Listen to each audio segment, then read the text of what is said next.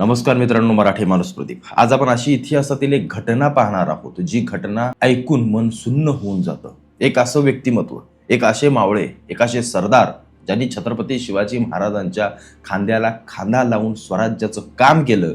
आणि एक अशी वेळ आली की अचानकपणे त्यांना छत्रपती शिवाजी महाराजांनी सैन्य पाठवून मारायला सांगितलं आणि संभाजी कावजींसारख्या एका बलाढ्य व्यक्तीचा सर्वनाश करण्यात आला. पण तो का करण्यात आला, कशासाठी करण्यात आला, ऐका व्हिडिओमध्ये संपूर्ण मी तुम्हाला सगळी गोष्ट सांगतो. संभाजी कावजी ताकदीचं बलाढ्य नाव किंवा ताकद काय असते ना, ती संभाजी कावजींकडे पाहून कळायची. घोडा अगदी अख्खा घोडावर उचलून घ्यायचे आणि त्याला जमिनीवर आदळायचे. इतकी प्रचंड ताकद त्यावेळचा घोडा.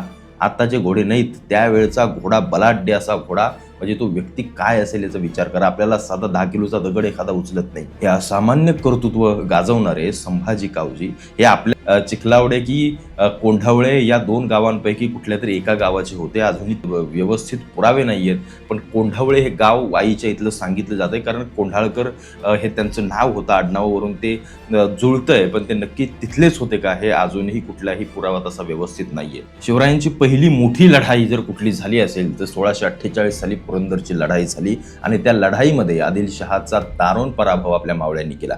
त्यानंतर छत्रपती शिवाजी महाराजांना वाटलं की आता आपण स्वराज्य वाढवलं पाहिजे, ते विस्तारलं पाहिजे आणि कुठे ना कुठेतरी स्वराज्याची पाळंमुळं खोलवर रोवली पाहिजेत.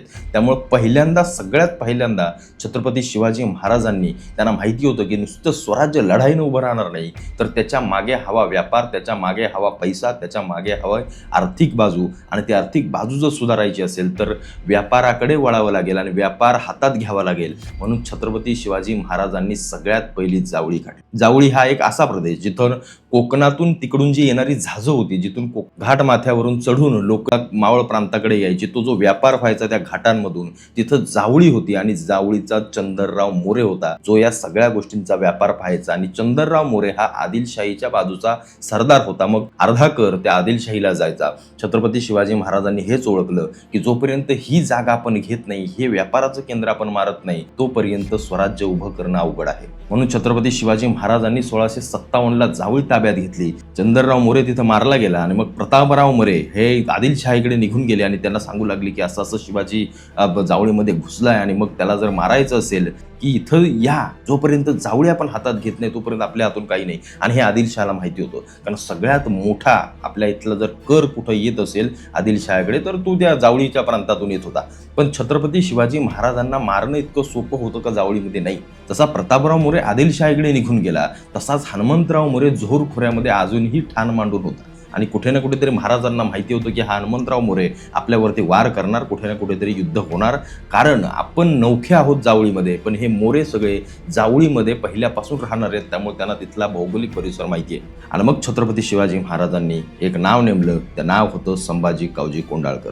संभाजी कावजींना महाराजांनी बोलवून घेतलं. संभाजी, काहीही करा, पण हा हनुमंतराव मोरे जगता कामा नये. संभाजी कावजींना ती जी काही जबाबदारी दिली असावी, त्यातून एक संदर्भ असा लावता येतो की त्या जोहरखोऱ्यामध्ये कुठे ना कुठेतरी संभाजी कावजींचं कोंढावळे हे गाव असावं, त्याच्यामुळे महाराजांनी त्यांना निवडलं का, अशी एक तर्क किंवा अशी एक बाजू मांडता येते. पण संभाजी कावजींना महाराजांनी सांगितलं की काही करा, पण तो हनुमंतराव जगता कामा नये, तो राहता कामा नये, त्याचा पराभव झालाच पाहिजे. आणि मग संभाजी कावजी आपल्या मावळ्यांना घेऊन जोहरखोऱ्यामध्ये उतरले. आणि मग ती घनघोर लढाई अशी झाली आणि त्यामध्ये हनुमंतराव मोऱ्याचा पराभव झाला. आणि ही सगळ्यात पहिली गोष्ट संभाजी कावजींची महाराजांच्या निदर्शनास आली. आणि मग महाराजांनी संभाजी कावजींना आपल्या सोबत कायमचं ठेवायला सुरुवात केली. आणि मग संभाजी कावजी म्हणजे महाराजांची सावली बनू लागले. जिथं जिथं जातील महाराज, तिथं तिथं संभाजी कावजी जायचे. या सगळ्या गोष्टीच्या दरम्यान अफजल खान जेव्हा चालून आला, अफजल खान जेव्हा प्रतापगडावरती आला, आणि मग ते सगळं नाट्य आणि या सगळ्या गोष्टी मी तुम्हाला माझ्या मागच्या व्हिडिओमध्ये दाखवलेत की नक्की काय इतिहास झाला.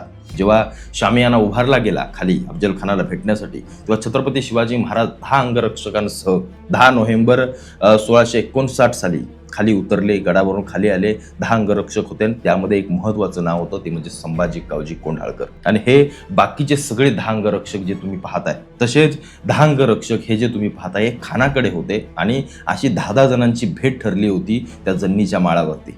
महाराज शामियानात गेले, अफजल खान आतमध्ये उभा आहे. अफजल खान आणि महाराजांचा एक संवाद होतोय की अफजल खान म्हणतो की अरे कोण कुठला तू राजा, काय तू नको त्या गोष्टीमध्ये फंद्यामध्ये पडू नकोस, हे घे तुला काय पाहिजे असेल ते निघून जा इथून, असं अफजल खान त्यांना समजवतोय किंवा सांगतोय. पण छत्रपती शिवाजी महाराज त्या उलट असं म्हणतायत की तू कुठल्या रांडे मुंडेचा पोर, तू इथे येऊन आम्हाला सांगणार का? म्हणजे बघा काय जरब होती महाराजांची, न घाबरता न भीता. तू कुठला कोण, अफजल खान तुला मी घाबरत नाही. अफजल खान शामियान्यात येईपर्यंत महाराजांनी असं दाखवलं की मी तुला घाबरलोय, मी आता जगत नाही, आता तू मला मारून टाकणार. त्याचा इतका ओव्हर कॉन्फिडन्स त्याला करून टाकला. आणि ज्या वेळेला समोरासमोर जेव्हा महाराज अफजल खानाच्या गेले तेव्हा अफजल खान घाबरला की हाच का तो माणूस जो मला घाबरत होता, ज्याच्या चेहऱ्यावरती इतकी भीती होती, आणि आता हा मला उलट बोलतो. आणि या सगळ्या गोष्टीतून ती भेट झाली आणि मग अफजल खानाने तो जो काय चाकू होता तो काढला आणि महाराजांच्या पाठीमध्ये खुपसला. आणि मग महाराजांनी वाघनकं काढून अफजल खानाचा कोथळा बाहेर काढला. अफजल खानाचा कोथळा काढल्याबरोबर अफजल खान मोठ्याने ओरडू लागला. आणि मग आजूबाजूला बसलेली जी सगळे आपले मावळे होते आणि काही मुघल होते त्यांच्यामध्ये बाहेरच्या सगळ्या रानामध्ये घनघोर लढाई झाली. आणि मग इथं तो येतो प्रसंग, जो प्रसंग आजही इतिहासामध्ये सभासद बखर आणि शिवभारतामध्ये दोन उल्लेख करते. ते म्हणजे अफजल खानाचं मुंडकं नक्की कोणी छाटलं. शिवभारत जे लिहिलं आहे ते समकालीन आहे, म्हणजे छत्रपती शिवाजी महाराजांच्या समकालीन शिवभारत कवी परमानंदांनी लिहिलं. आणि जे काही सभासद बखर आहे, कृष्णाजी अनंत सभासद यांनी 17 वर्षानंतर शिवरायांची ही सभासद बखर लिहिली. आणि त्या सभासद बखरीमध्ये अफजल खानाचं मुंडकं कुणी छाटलं तर संभाजी कावजी कोंढाळकरांनी छाटलं असं लिहिलंय. आणि त्या समकालीन जो लिहिलेला शिवभारताचा उल्लेख आहे त्याच्यामध्ये कवी परमानंद लिहितात की छत्रपती शिवाजी महाराजांनी स्वतः ते मुंडकं छाटलं. आता इथं दोन तर्क आपण लावू शकतो. छत्रपती शिवाजी महाराज वाघनकं टाकतायत, त्यांना मारतायत. आता त्यावेळेला शामियान्यामध्ये कोणी नाही, धांगरक्षक सगळे बाहेर आहेत. ते बाहेरचे धांगरक्षक एकमेकांना भिडले असतील. निश्चित त्यातला सय्यद बंडा जो बडा सय्यद होता तो आतमध्ये चालून आला असेल. त्यावेळेस छत्रपती शिवाजी महाराजांनी एक गोष्ट सांगितली असेल की जिवा महालांना सांगितलं असेल की मला तिकडे सय्यद बंडा हा ताकदीचा किंवा हुशारीचा माणूस आहे, तरबेज आहे, तो तयार आहे. तर जिवा महाला तुम्ही देखील थांबा, तुम्ही दानपट्टा चालवता आणि तुम्ही काही झालं तरी आतमध्ये पहिलं शामियान्यात यायचं माझ्या बाजूने किंवा माझ्या संरक्षणासाठी. त्याच्यामुळे ही दोघांची लढाई झाली. सय्यद बंडा आला, जिवा महालाने त्याचा हात छाटून सय्यद बंडाला मारून टाकला. यावेळेला जे बाहेरचे राहिलेले 9 जण होते ते एकमेकांमध्ये भिडले असतील. त्यामुळे संभाजी गावचे बाहेर राहिले असावेत. हा तर्क मी तुम्हाला सांगतोय, जरतरच्या गोष्टी सांगतोय जे इतिहासामध्ये ज्याचे नमुने आहेत किंवा दाखले आहेत. आणि छत्रपती शिवाजी महाराजांनी अफजल खानाच्या पोटामध्ये बिछवा टाकल्यानंतर किंवा वाघनकं टाकून त्याचा कोतळा बाहेर काढल्यानंतर अफजल खानाला तिथल्या तिथेच मारला असावा, कारण त्याला नुसता पोटामध्ये बिछवा टाकून काय शिवाजी महाराज पळत सुटले नाही असं नसेल, निश्चित नसेल. आणि मग अफजल खान असं सांगितलं जातं की तिथून बोंबलत बाहेर निघाला, तो त्या पालखीमध्ये बसला. आणि मग संभाजी गावजी धावत गेले आणि त्यांनी भोयांचे सगळे हातपाय छाटून टाकले आणि अफजल खानाचं हातामध्ये मुंडकं धरून त्याला उडवून टाकलं. संभाजी गावजी कोंढाळकर त्या भाल्याला मुंडकं लावून प्रतापगडाच्या दिशेने सुटले. त्यामुळे इथं दोन तर्क होतात. दोन इतिहासामधल्या महत्वाच्या लेखांमध्ये या सगळ्या दोन गोष्टी मांडल्या जातात. आपण जरतरच्या गोष्टीमध्ये जाण्यात काही अर्थ नाही किंवा हे नाही. आपण इतिहासाच्या दोन्ही बाजू समान माणूस, चांगल्या माणूस, झालं ते झालं, मुंडकं छाटलंय महत्वाचं आहे. संभाजी कावजींनी छाटून येतं, महाराजांनी छाटो, अफजल खान मेला हे सगळ्यात महत्वाचं आहे. हे खरंच सत्य आहे. संभाजी कावजींनी ते दाखवलेलं शौर्य, आपण संभाजी कावजींच्या बाजूने बोललो तर संभाजी कावजींनी दाखवलेलं ते शौर्य अफलातून होतं, अफाट होतं. त्यानंतर संभाजी कावजींनी ते मुंडकं छाटलं आणि ते मुंडकं छाटल्यानंतर पुढची जी संभाजी गावजींची घोडदळ होती ती इतकी भयंकर होती. कितीतरी हशम ते एका तलवारीने छाटून टाकत असत, इतके बलाढ्य ताकद. संभाजी गावजींचा तरारा एवढा झाला होता की छत्रपती शिवाजी महाराजांनी अफजल खान फाडला हे लोकांना माहिती होतं. आणि पण त्या अफजल खानाचं मुंडकं छाटणारा संभाजी कावजी कोंढाळकर नक्की कोण, ज्याने एवढी हिंमत आणि एवढे तरारा दाखवला. ही सगळी गोष्ट बाजूच्या सगळ्या परिसरामध्ये पसरली आणि संभाजी कावजींची जरब सगळ्यांमध्ये बसू लागली. महाराज आता संभाजी कावजींचे अत्यंत जवळचे झालेत. अत्यंत आता दोघं जण एकमेकांविषयी नेहमी बोलतायत, नेहमी महाराज त्यांना काही सल्ला मसलत घेत आहेत. संभाजी काय करायचं, कावजी काय करायचं, इकडं जायचं तिकडं जायचं. बहिर्जी नाईक सोबत आहेत, पंत आहेत. ही सगळी लोक आता त्या सगळ्या लोकांच्या मध्ये संभाजी गावजींचं एक मुख्य स्थान निर्माण झालंय. असं असताना महाराजांनी अफजल खान मारल्यानंतर संभाजी गावजींना सांगितलं चला आता संभाजी आणि सगळ्या आपल्या मावळ्यांना सांगितलं की आता आपण आदिलशहाचा प्रदेश जिंकायला घ्यायचा. आणि मग पुढची घोडदौड सुरू झाली. जावळीपासून ते अगदी पन्हाळ्यापर्यंत छत्रपती शिवाजी महाराजांनी संपूर्ण आदिलशाहीचा प्रदेश जिंकून घेतला आणि पन्हाळ्यावरती सिद्धी जोहरचा वेढा पडला आणि छत्रपती शिवाजी महाराज मुख्य मावळ्यांसह पन्हाळ्यावरती अडकले. याच वेळेला एक स्वराज्यावरती मोठं संकट आलं. 1 लाखाची फौज घेऊन शाहिस्ता खान स्वराज्यावरती चालून आला. छत्रपती शिवाजी महाराजांना माहिती होतं शाहिस्ते खान अफजल खानाच्या समकालीनच, तो बरोबरच तो इतका क्रूर आणि इतका घाणेरडा, त्यामुळे महाराजांना माहिती होतं की आपण इथं अडकलोय.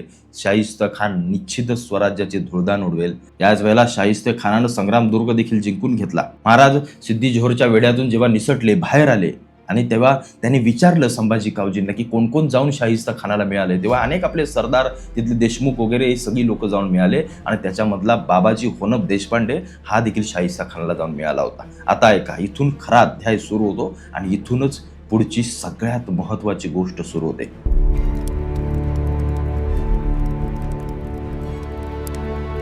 शिवाजी महाराजांनी संभाजी कावजींना बोलवून घेतलं. संभाजी कावजींना सांगितलं की जा संभाजी कावजी आणि बघा तो बाबाजी होनप का नक्की शाहिस्ता खानाला जाऊन मिळालाय. पण शिवाजी महाराजांना हे माहीत नव्हतं किंवा माहीत असावं की हा बाबाजी होनप हा संभाजी कावजींचा अत्यंत जवळचा मित्र आहे. यांचे संबंध अत्यंत चांगले आहेत आणि कुठे ना कुठेतरी महाराजांनी हा विचार केला असावा की हा बाबाजी होनप जो जाऊन तिकडे मिळालाय ना देशपांडे ज्या शाहिस्ता खानाला, संभाजी कावजींचा मित्र असल्यामुळे मी जर त्यांना पाठवलं तर निश्चित ते त्याची मनधरणी करण्यामध्ये यशस्वी ठरतील आणि बाबाजी होनप पुन्हा इकडे निघून येईल. कारण शाहिस्ता खानाची ताकद काहीही केल्या महाराजांना वाढवायची नव्हती.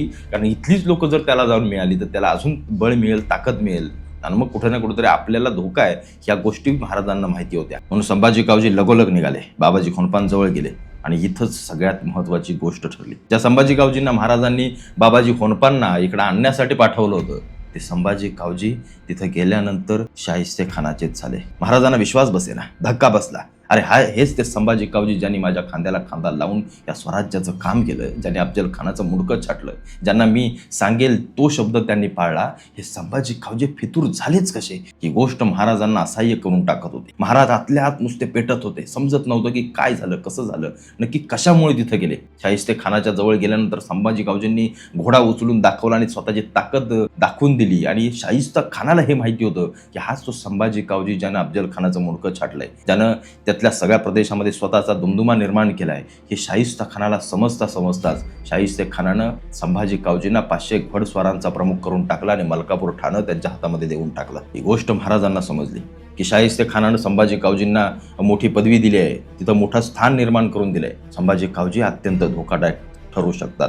त्यांना जावळीचा प्रदेश माहिती आहे, त्यांना आपलं स्वराज्याचा व्यवस्थित प्रदेश माहिती आहे, जिथं जिथं आपण सगळ्या गोष्टी केल्यात त्या सगळ्या गोष्टी माहिती आहेत. या संभाजी कावजींना आपल्या स्वराज्याच्या सगळ्या किल्ल्यांचे दारं, दरवाजे, वाटा सगळ्या गोष्टी माहिती आहेत, सगळ्या खानाखुणा माहिती आहेत. आणि हा माणूस फुटला तर आपलं स्वराज्य धोक्यात येऊ शकतं. हा शाहिस्ता खान आपल्याला गिळंकृत करू शकतो हे महाराजांना समजलं. महाराजांनी सरनोबत प्रतापराव गुजरांना बोलवलं आणि सांगितलं, प्रतापराव काही करा, संभाजी कावजी मारला गेला पाहिजे, तो जिवंत राहता कामा नये. स्वराज्याशी गद्दारी करणारा मग तो माझा भाऊ, माझा मुलगा का असेना, त्याला सोडायचा नाही. त्याची शिक्षा एकच, मृत्यू. ही सगळी गोष्ट महाराजांनी प्रतापरावांना सांगितली आणि मग प्रतापराव काही मावळ्यांनीशी मलकापूर ठाण्यावरती चाल करून गेले आणि संभाजी कावजींना त्यांनी मृत्यूच्या दारामध्ये ढकललं. प्रतापराव गुजरांची तलवार देखील धजली असेल थोडीशी. हाच तो संभाजी कावजी ज्याने आमच्या खांद्याला खांदा लावून हे स्वराज्याचं काम केलं. पण अशी कुठली दुर्बुद्धी याला सुचली की याने स्वराज्याच्या विरोधातच काम केलं? संभाजी कावजींना वाटलं नसेल का की आपण महाराजांची दगाफटका करतो? काय नक्की ती परिस्थिती झाली असेल, काय तिथं नक्की घडलं असेल? त्यावेळचा काळ असा होता की तिथं सरदारशाही आणि या सगळ्या गोष्टी फार महत्त्वाच्या होत्या. मग संभाजी कावजींनी निष्ठा कमी पडली की काय कमी पडलं हे माहीत नाही. पण महाराजांनी त्यांना मारण्याचा सगळ्यात महत्त्वाचा हेतू हा होता की आपल्या जवळचा गुप्तहेर खात्यातला किंवा गुप्तहेर असणारा माणूस किंवा त्याला गुप्तहेर खात्याचं सगळं माहिती असणारं किंवा त्याला आपल्या सगळ्या खानाखुणा माहिती असणारा माणूस जर दुसऱ्या शत्रूच्या गोटामध्ये गेला तर मग तो जगता कामा नये. एखादा लढणारा माणूस गेला तर हरकत नाही, काही टेन्शन नाही, पण त्याला आतल्या गोष्टी सगळ्या माहिती आहेत.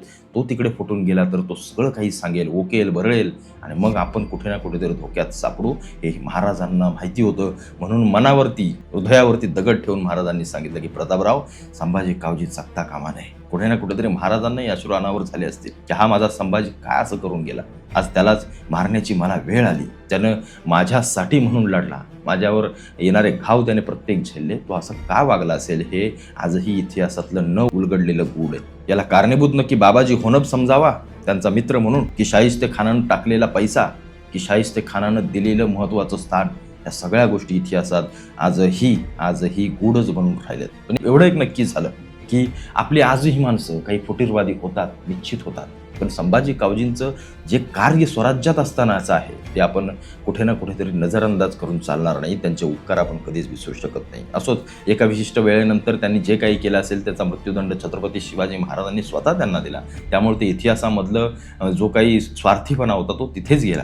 फक्त संभाजी कावजींचं चांगलं काम आपण लक्षात ठेवूया, निश्चित ठेवूया, कारण ते शाहिस्तेखानासोबत गेल्यानंतर महाराजांनी लगेचच त्यांचा मृत्यू त्यांना दिला. त्याच्यामुळं त्यांनी पुढं काय असं स्वराज्याच्या विरोधात मोठं काम काही केलंच नाही. त्याच्यामुळे जे काही केलं ते महाराजांनी व्यवस्थित केलं. असा हा संभाजी कावजींचा अध्याय होता, ज्यांनी एवढं मोठं काम केलं आणि एवढ्याशा छोट्याशा गोष्टीसाठी संपूर्ण कामावरती पाणी फिरलं. ही गोष्ट फक्त लक्षात ठेवा. आपल्या माणसांजवळ कमी पडते ती निष्ठा, आपल्या माणसांजवळ कमी पडतो तो स्वतःचा स्वाभिमान, आणि या सगळ्या गोष्टींसाठी आपण कितीही शूर असलो तरी एवढ्याशा गोष्टींसाठी आपण आपलं इमान विकून टाकतो. ही गोष्ट आजही आपल्या मराठ्यांमध्ये, आजही आपल्या हिंदू लोकांमध्ये आहे.